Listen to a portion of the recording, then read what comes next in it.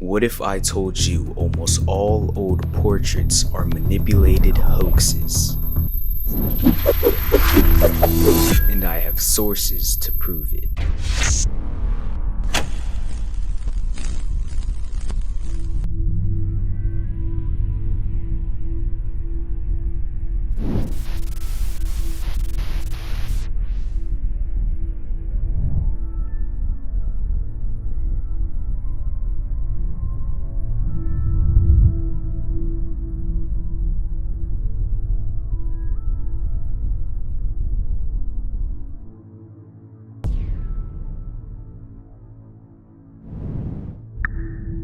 This video is being made for two reasons. First, and most importantly, to show that our history has truly been manipulated, and it's much deeper than most think. And secondly, to prove to those who are still in denial of the topics I presented in the last video. This isn't just a conspiracy that can be simply explained away. I'll provide legit sources and let you conclude on the outcome. And I know this title sounds like a stretch, but we must be aware of the time frame this video is referring to. All the sources that we'll be analyzing in this video come from a time frame called the Age of Enlightenment. This was a very hectic time period of illumination. More importantly, it can be strongly argued that during this time, much of the world was controlled by secret societies. That being said, this is a time period that's connected to a lot of trickery and fraud. And after this video, you'll come to that realization very quickly. But without further taking up any time, let's get right into it. The backdrop of this video will be based around this old book I found from 1733. The title of the book is Memoirs of the Secret Services during the reign of King William, Queen Anne, and King George I. The author is John Mackey, and this book contains a lot of information about the royals and nobles during that time. But what we're going to be focusing on is the descriptions of the physical characteristics of these people. Then we're going to compare them to the portraits that were given. And by the end of the video, I'm sure we're going to come to a very similar conclusion. That being said, let's get right into it. The first person we're going to be analyzing is Charles Lennox, the first Duke of Richmond.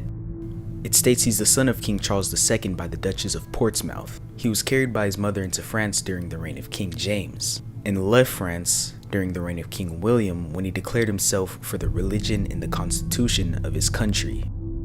Now this paragraph is the more important part, because it gives us an actual physical description of Charles Lennox. It states he is a gentleman, good-natured to a fault, very well bred and has many valuable things in him, is an enemy to business, very credulous, well-shaped, black complexion, much like King Charles, his father, not 30 years old. Now this is where things take a turn. Now that we have the description of him, let's take a look at the portraits that they made of him. This was drawn by a man in the 17th century named Godfrey Kneller.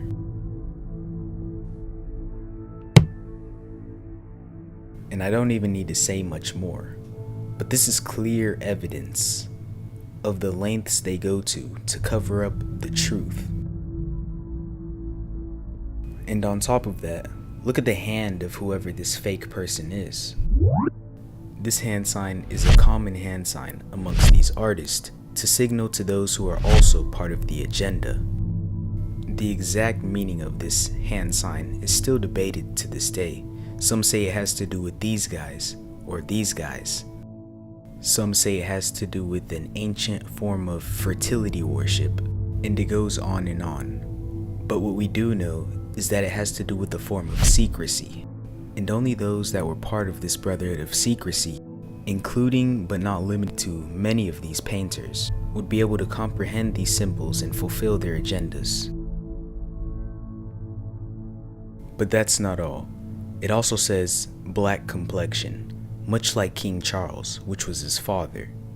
let's take a look at how they give us King Charles. This is from 1635 by a man named Van Dyck, and allegedly, it's King Charles I. Now clearly we know this is a fake portrait, or it's somebody that took his identity. And the picture has a bit of a Trinity style going on, and you know they like their Trinities, but here's also another portrait of so-called King Charles. This one's from 1610 by a man named Robert Peake. And in this one he looks a bit more feminine. I'm not sure what the case with that is, but you know. And he definitely doesn't fit the depiction of black complexion. But it actually seems the artist is drawing an albino. Coincidentally, just like all of his other art. But that's not strange at all, is it? And that's only from one page. Let's continue. The next person we're going to analyze is John Lord Somers. In short, he was a royal of a credible family of the city of Worcester. It describes him as easy and free in conversation, something of a libertine, of middle stature, brown complexion, and near 50 years old. Now that we have the description of him, let's compare it to the portrait. Once again, we caught them with another fraudulent manipulation of the truth. And it's no coincidence that we see the same hand sign that this artist incorporated into the portrait. This is as good proof as it gets that those secretly in control will go and have gone outrageous lengths to cover up any truths of the past and deceive an unaware humanity. And it all seems to go back to Revelation 20. Where Satan is unbound from the abyss and will go out to deceive the nations. Even if you look around today, there's deceptions in almost every corner you go, whether it be television, the educational systems, the financial systems, the food industry, Hollywood, etc. You name it, there's probably something deceptive going on behind the scenes. And I've only gone through 2 pages. There's much more to come.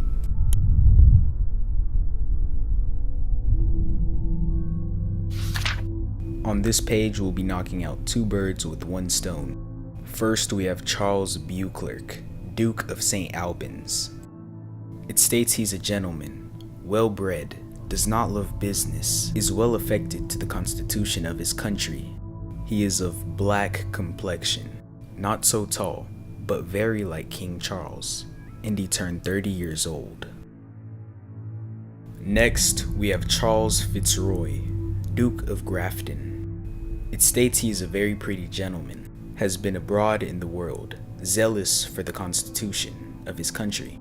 A tall, black man, about 25 years old. Now that we have their descriptions, let's look at their portraits. First, we'll look at Charles, Duke of Albans. As you can see, another clear absolute proof of a fake. It does not match the description of black complexion at all. And once again, pay close attention to the hand.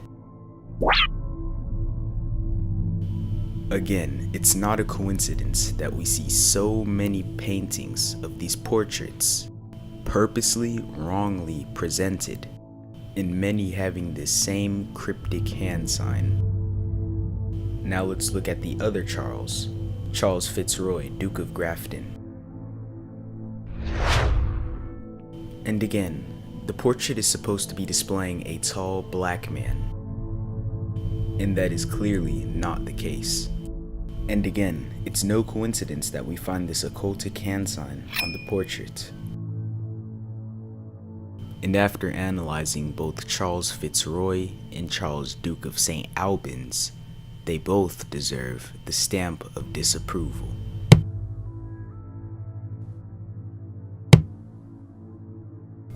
And trust me, there are many more pages and portraits and books that we can continue to dissect. And when I say many, I truly mean many. But I already know that the content analyzed in this video so far already makes an extremely strong case for this video's argument, so I'll leave the other pages for possible future videos. And we can't forget one of the biggest ways that they're able to pull off these massive deceptions is by simply relying on our laziness and ignorance. They're not expecting us to question their narrative, and definitely aren't expecting us to go looking through old books and documents that contradict their agendas. And we've seen these types of things happen before. For example, somebody may stumble upon a declassified government document that says something that it's not supposed to say, and then the people in charge will take notice and then just wipe all previous evidence and act like nothing happened. But to get back on track, I think now is a good time to shortly talk about the glory of the new covenant.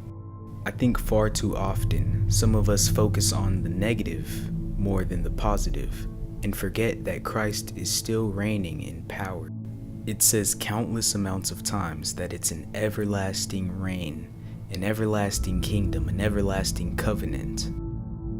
And this is where the confusion starts to come in, because there's people who are trying to tie the kingdom of God into Tartaria or Catholicism or other things that they don't even truly understand. And as seen in the video, the script can be flipped.